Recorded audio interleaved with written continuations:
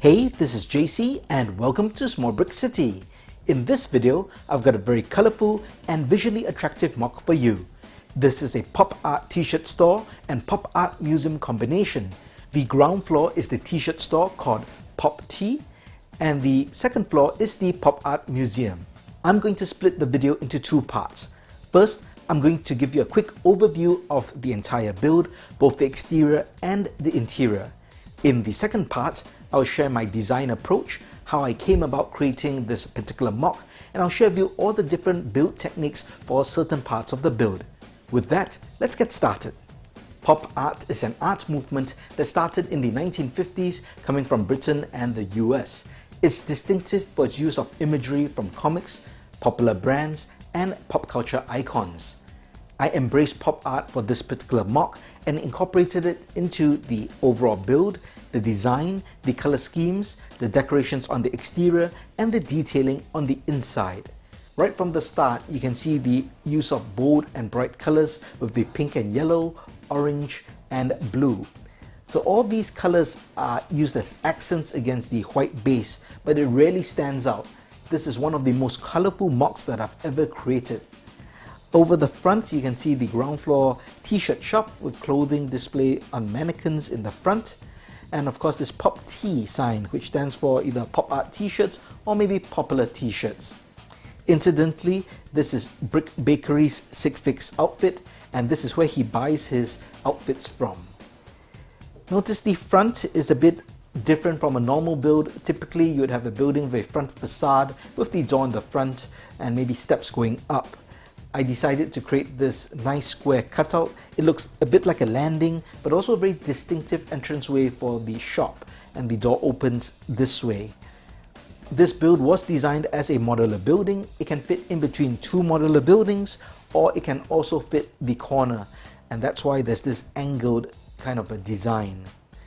There's this brick built t-shirt sign, and a shout out to ZG Brick Films or ZG Brick Films, depending where you're from. He created this particular sign for a Toys R Us MOC, so it's really the T in his Toys R Us. But when I first saw it, it looked like a t-shirt to me, and that gave me inspiration to start this build in the first place. And let's just spin this around. The sides are pretty straightforward, just accented with colorful bricks. The back with two windows, a very tiny curve, and for the back door, I recessed it just to give it visual variety. Makes it more interesting that way. Overall, I think this build is very attractive, and I definitely will put this into my Small Brick City. And if I pan up, you can see the distinctive look of the angled corner of the build, and that was created using hinging plates and bricks to create this corner facade, and that gives a lot of light to come in. There's another brick built t-shirt sign on the front. And notice the roof. This is quite textured, both with these claw modified plates as well as different lengths of slope pieces in different colors. I've got very light blue, this kind of a brighter light blue, and white, but the whites are longer than the blues, so it creates a very nice different depths and texture. And if we come around to the back, for the back design of the roof, I've got a different design altogether as well, using some reverse or inverted bricks and round bricks. And we've got a whole set of windows just to give a lot of light into the museum. So let's now have a look at the top of this building. The roof is quite straightforward. There's a skylight. This doesn't open, but it's got a nice matching blue to these bricks over here. There's a single large air conditioning compressor unit, and other than that, the roof is pretty much exactly what you see. As with any modular building, it's designed to be removed, so it's held in place with jumper plates, and you can see the inside of the museum.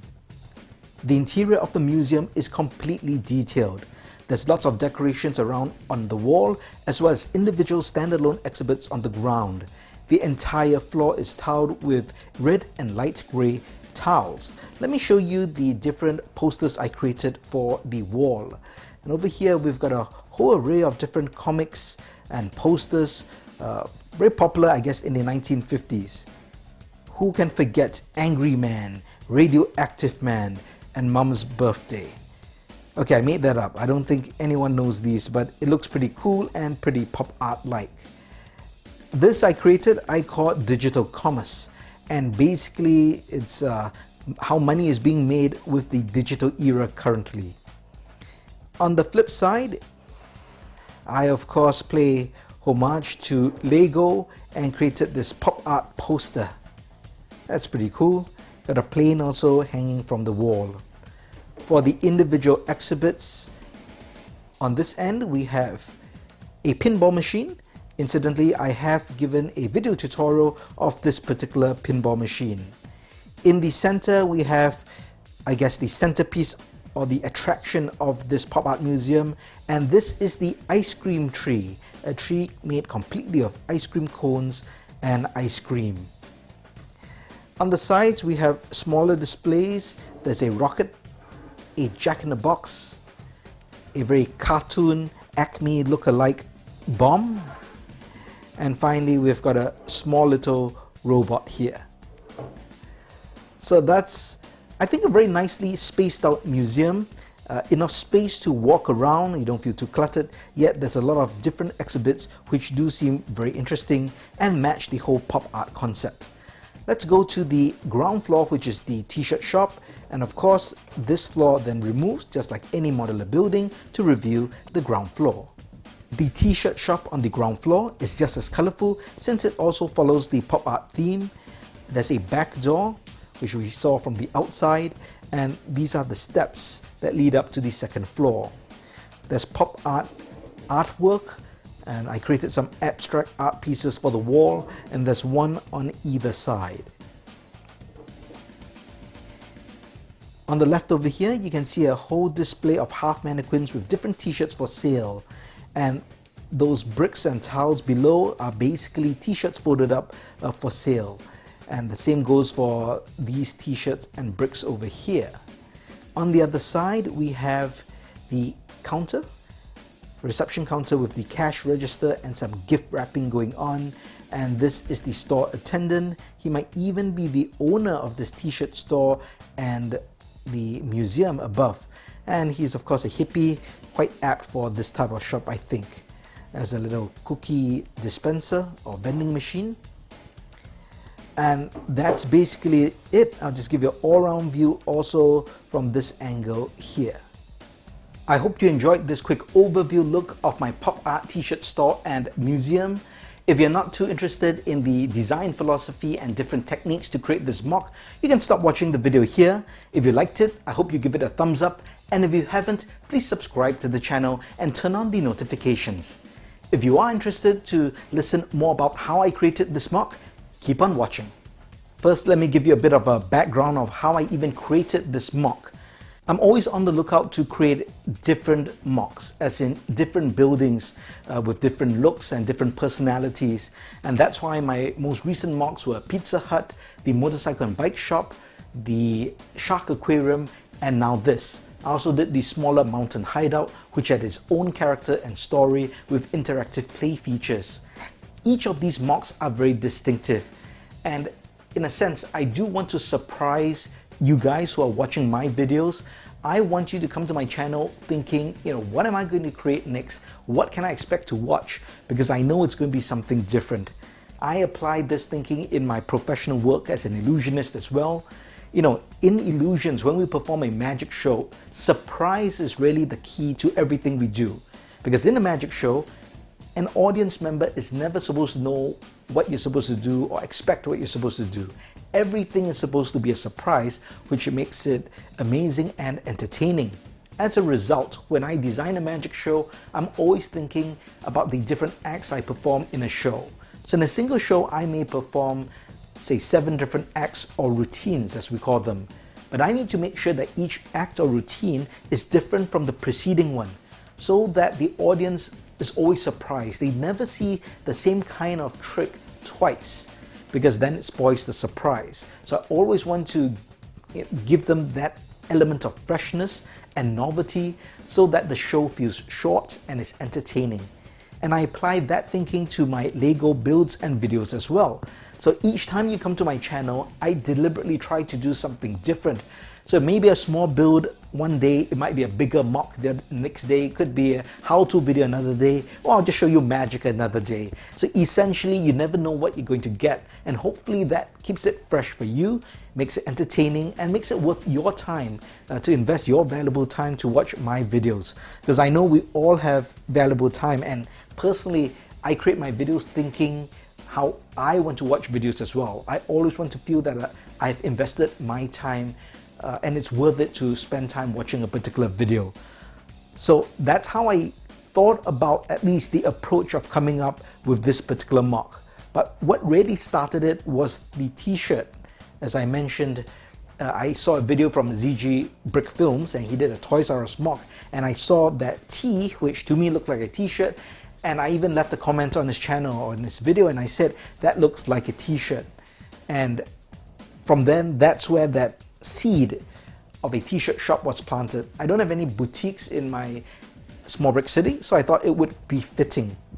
Then the next step was, of course, to create the identity or personality of the t-shirt shop. And I didn't just want to do any kind of shop, because just doing a regular boutique to me is quite boring. It's hard to put across personality. And then I thought about pop art for two reasons. The first reason was, if you watch my previous video on visiting Lego stores and getting my pick a brick hauls, I got a lot of colorful bricks, and those colorful bricks really stood out to me because I don't have any colorful bricks. My bricks are generally quite boring, quite muted in color, very earth tones, or grays, blacks and whites, very basic. I don't have so many of these bright funky colors. So when I saw them, I took the opportunity to get them. So I knew I wanted to do something bright. And to me, the t-shirt shop matched the bright colors, simply because t-shirts are fun, they should be bright. And then that, of course, got me in the direction of pop art, because I felt pop art was a movement which best expresses the use of these colors without being too cartoony or too toyish or too Friends theme-like. So there's a purpose for the colors. It's not just being colorful for colorful's sake. The pop art theme generally is very distinctive with the bold use of colors, so it worked well. So once I knew I wanted to come up with a pop art themed t-shirt stall, I started the build. This started as a single story build, and from the start I knew I wanted this angled front because it is unique. It's a bit of a challenge from the build perspective, but it does make a build much more interesting. So originally this floor was my ground floor, so it's a single story building. And I did, of course, create the t-shirt sign. I created one of the signs first, and that was placed probably, well, I didn't even place it yet. I did build the sign, but I hadn't placed it yet. I thought it would be on the roof. I was thinking of doing a giant billboard of sorts. And after I built it, and I looked at it, I just felt it was a bit too short, especially for a modular building. So I decided to make it two-story. Now, when I make it two-story, I could have just replicated this look, but again, I felt it's not that interesting, so I came up with this indent look, and I think they complement each other pretty well. It looks very dynamic. There's kind of an overhang, so there's a bit of landing. I'm not sure if you can see, I actually placed lights here as well, so the idea is that this area is lit when it's needed to be. And this gave me a very nice entranceway for a retail shop. So it's very inviting, and these displays here really make it look like a t-shirt shop. After I created the signs, I felt that something else was missing, and I decided to create this sign. Originally, I was thinking what word I would create. I started with polo, because remember, this sign was from the detective's office, so I had P-O-O-L. So I thought polo is pretty cool, but that's like a real brand, and they aren't really such a funky, colorful, modern brand. And I thought poop would be a bit offensive, so I thought pop. Pop makes sense because it's pop art, and I also thought of pop culture and popular teas. So originally it was just pop. And Annie, my partner, said, she wanted the tea, so it's pop tea. So then I went about creating the tea. So I created this sign, and currently this sign is held together just by modified bricks on the side. So just to give you a close-up view of how I built this, it's just basically plates and bricks. You could say that the basic idea comes from the detective's office, but it's changed quite a bit in terms of the actual build techniques. If you want, I'll do a separate video on this because it's quite involved. I do have to break it apart to show it. So if you do want to see a video for this particular sign and how we can apply it for other signs of this nature, please let me know in the comments and I'll do a separate video for this. But originally this sign was hanging where the t-shirt was. Now it looked pretty good and this t-shirt was over here. However, the problem is when it was there, if you can see, it actually juts out from this line, which means that if I were to put it between two modular buildings, the sign would be in the way and you couldn't actually put it between two modular buildings. So rather than keep this as just a corner build and be limited by that, I switched it around and I placed it here, and I think it still works really well. And I placed this t-shirt over here, and of course now nothing is in the way. So that's how that came about. After I built this, I felt that the top needed some kind of sign, so I built a bigger t-shirt in a different color. After I did that, I basically came up with this design. I kind of cheated and reused these parts that I used in my shark aquarium because I recently got these modified plates with these claw elements, and I just think it looks really good. It's such an easy technique to use, but it gives so much texture due to the modified plates, these studs here and these claw pieces here against a different colored back or brick. It's such an easy technique for me to overuse, so I'll try to avoid using it from now on. After that, I use these slopes in different sizes to create that nice asymmetrical pattern, and it works very well. For the back, pretty simple. I didn't spend much time creating the back. As you can see, it's really straightforward. I knew I wanted lots of light. I chose these light blue frames, which makes it colorful and adds to the whole pop art feel. And again, this particular roof edging, I just put together. I wanted it to be different from the front. One reason is I didn't have enough colored sloped bricks, and I just wanted something a bit more understated yet have some kind of design, so I didn't just want a straight edge. So that works really well. So that's how I came up with the whole concept. Oh, I should mention, I didn't even come up with the museum idea at first. It was originally basically just a t-shirt store, and that was my idea. But so after I built this structure, I was starting the detailing, and as I started working on the detail for the ground floor, I realized, there's just not enough variety that I can do to make it interesting for two floors. It would basically look like, the two floors are repeats of each other, and I didn't want that. I always want to maximize space in any of my builds, and if I have an opportunity to make things more interesting, I would grab that chance. And so I got thinking, what are the different things I could put on the second floor of this pop art t-shirt store that would make sense and that would fit in terms of the overall feel. So the ideas were a cafe. That's what my first idea. Annie suggested a hair salon. That led to a wig or costume shop. And then I thought of a toy shop. So it's cafe, hair salon, costume shop, or toy shop. All I felt could work. I chose not to do a cafe because I think everyone does diners and cafes. I just did the Pizza Hut MOC, and I think it would be a bit lazy if I just to take those builds and put them here. So I said no to a cafe or any kind of restaurant. For the salon, that was definitely something I was going for, but I would have to really put in a lot of work thinking about how to do the chairs, the washing area, and the various things. Then that led to the wigs and costume shop and toy shop. I was going to kind of do an all-in-one, but eventually I felt it wasn't interesting enough, and that's how I got to the pop art museum. I thought of a toy museum and I thought, well, a pop art museum would work even better. It fits perfectly to the theme, and in my story, the owner of the t-shirt shop also owns the museum, so it kind of makes perfect sense. They fit together, the looks fit together, and then it was about creating the different displays inside, which I'll show you and get into greater detail as I open up the MOC. One thing I did want to add is this. It's an Iron Man display. So I was originally going to put it into the museum, but it just didn't fit the whole feel. I mean, it fit in terms of a theme, but for some reason when I put it inside, it just didn't look right. So I'm going to save this for something else down the road. So let's have a look at the inside, and maybe I'll talk about some of the small builds especially, and some of the ideas and why I did certain things. There's also a lot of interesting backstory and reasoning behind the different art pieces I created. So let's start with the top. Here's a look at the roof once again. Not much more that I can add, except for the fact that I did tile everything, or tile all the edges. Obviously not this part of the plate. I don't always tile this rooftop. I think it's okay to make it look a bit rough and raw, because a lot of rooftops are basically just cemented over.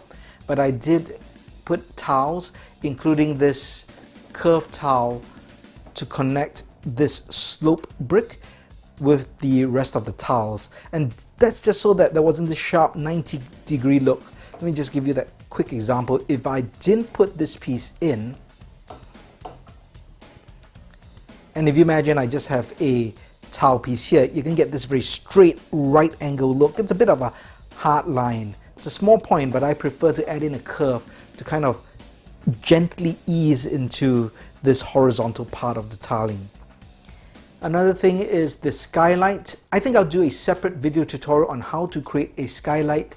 It's not that difficult, but it's also not as straightforward as it looks. I will have to break down the parts and show you how to build this, so I'll do this in a separate tutorial very shortly. Let's have a look inside the museum. I'm generally very happy with how this turned out. I think even if you just look at it from this angle, and let me zoom in just a bit, it just looks so fun, almost comic book-like and cartoony. And I'm really happy with the different art features that I have here. Let me just take it out. This is held together by modified bricks with studs on the front, so that just comes out like that.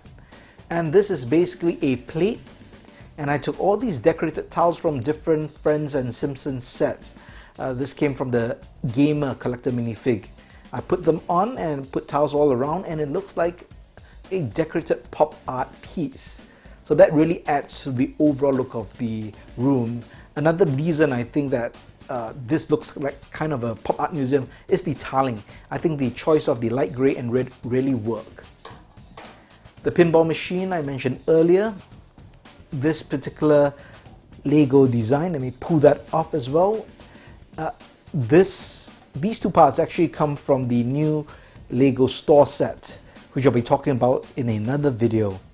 And this actually, all these parts came from that store, come to think of it, except this base.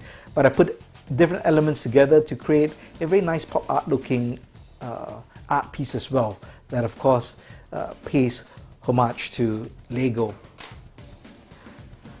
This piece here I call Digital Commerce.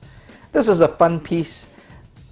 I thought of doing something with money. Everyone likes money, but I thought having a theme or idea to convey a message within art is always the objective of any artist. So I thought this digital commerce, money around a computer, really works well. So I'm really happy with that. One thing I must say, as I put the different elements together, I can tell you now, this half of the room, right, anything with this angle, all these exhibits tell a story. And let me reveal to you this very ominous story. So it all begins with this. This basically represents our current state of our world or economy or society. Money revolves around the computer and internet. The thing is, we have a surprise in store with us, represented by the Jack in the Box. And the surprise is that there's a ticking time bomb. Because in time to come, robots will be taking over the world, and that's when we'll be launching our missiles, and that's basically how Skynet and the Terminator begins.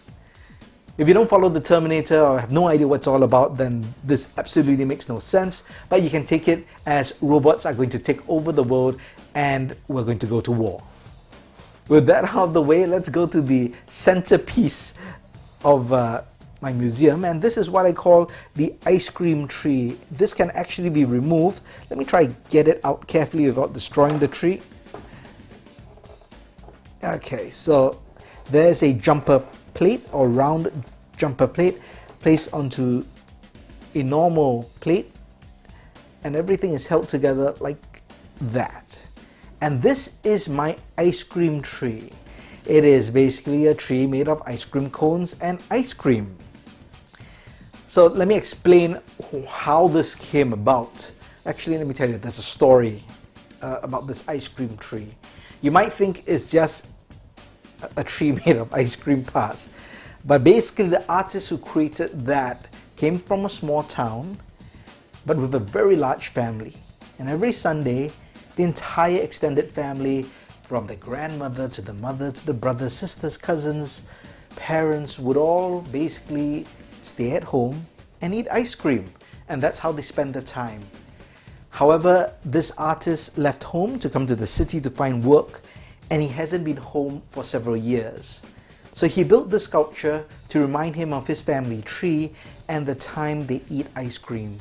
So basically, this is a family tree. Different ice creams represents different members of his family, and this art piece is dedicated to them. So that's a very nice story, right? Well, that's the backstory I created for this particular ice cream piece. The real life story, I guess, is I had a lot of these ice cream parts and I wanted to use them in a very special way. And you know, when I was thinking about the pop art museum exhibits, I was thinking about being creative, and I came up with the ice cream tree. And sorry to inform you, but that story was written after I created the ice cream tree and not before. But that's the world of make-believe and storytelling. So that's this floor over here. Oh, I should call attention, I guess, to the build technique for this particular part of the angle. Angles are not easy to achieve in Lego. Oh, now it's called oop, and that's pretty good. It's oop T. Yeah, if there's an S, it'll be oops T. Anyway, so this part here, which is angled, is basically created by bricks. So this is a hinging brick, and on the bottom here you could use hinging bricks, but I use hinging plates. So if you use a brick, then you're basically raising this up by a brick, but I didn't want to do that, so that's basically a plate. So the key to creating these angles, generally by Lego mats, you have to go with a 45-degree angle to get everything in place. So this is a 45-degree angle, and this allows everything to be locked in. If you try to go for other acute angles, you'd find that it's very difficult to place them onto the studs as they're laid out. You could, of course, put jumper plates to offset the studs to get that angle that you want, but still secure these hinging plates or bricks down onto the floor. So you would have to experiment, but generally I found the easiest is to do 45-degree angles, and of course you could do a whole big build, you know, with two 45-degree angles on either side, and that gives a very nice frontage. I did use this wedge plate, so this plate over here, as you can see, it actually cuts in. Let's see if I can just remove this. I'm going to turn this upside down, stuff is going to fall out, but yeah. You can see that's a wedge piece. So this is a triangular piece of plate, but that allows me to have a very nice cutout. One thing I did do, and I think is necessary, I actually have triangle shaped tiles underneath. Now, if I didn't have triangular shaped tiles, the square tiles would poke out. So you see the corners of the tiles come out here. That's perfectly fine if you don't have the triangular tiles, but because I did have the triangular tiles, I can have this very flush look. Now, can I not use tiles at all? You can't, because if I didn't use the tiles, these frames or window frames or door frames will be floating in the air. They won't be resting on anything, and if you press down, it's going to be it will spring up and down. So these tiles, which you can see, they're white right there underneath the yellow plates.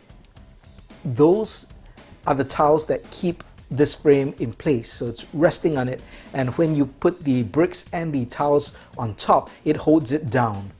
And because the triangle, once again, you get this nice flush look. So that's how you create an angle for your builds. Let's go to the ground floor. Not much to say for the ground floor. The stairs, I think it's always nice if you can tile the stairs like that. It gives it a very finished look. I'm always for tiling. For these paintings, I shared this before in a previous video in the part 3 of building a MOC from start to finish. I did it in part 2 as well as part 3, but basically this is a plate, a large plate, and you're using different tiles of different shapes and sizes to create an abstract art piece. Over here we have basically, I think I can take this out, it's basically a shelf. Oh, maybe it's hard, it's going to break apart I guess, but let's give it a shot. Okay, that's good enough. So basically I've created a very short shelf, and all these are minifig torso parts without the arms, and that gives the impression of just different t-shirts for sale. A right angle here, very easy to create. This counter, nothing spectacular about that as well, but everything I guess flows together as you would expect it in a shop. So when I design a layout for any building, whether it's a house or in this case a shop, I always think about flow, and I've talked about this in my previous how-to videos on building a MOC. Flow means creating a nice unobstructed pathway from one end of the build to the other. In Chinese we talk about this as feng shui, which is basically geomancy, or allowing breathing room within a location or a build. So in this case we have this door, the doorway comes here, but notice how it flows all the way, that's this unobstructed, as in there are no walls or big objects, all the way to the back door, and you get the same flow all the way to the staircases as well. So I didn't put the counter right here in the middle of the room because to me that blocks the flow. Not so much for feng shui when it comes to Lego, but this gives a nice clean, uncluttered look. And that's how I can pack a lot of detail into a small space, but yet make it feel as though there's lots of breathing space. It still feels relatively spacious, even though you have quite a bit of details going on. The one last thing I like to highlight are these bricks. If you can add them to the build and it makes sense, I think it really makes a difference. I think these 6 bricks, if I had just kept them solid color, whether they're white, yellow, or even just pink, it will not have the same effect as this transparent color. So if you have trans blue, pink, green, red, whatever you might have, you might consider using them as kind of an accent for a design, and it also allows some light to come through. So I highly recommend using that. I hope you enjoyed this detailed look at my pop art t-shirt and pop art museum MOC. If you have any questions, feedback or comments, please leave them in the discussion box below. As always, if you liked the video, please give it a thumbs up. And if you haven't, please subscribe to the channel and turn on that notification bell. Thanks for watching. Talk to you soon.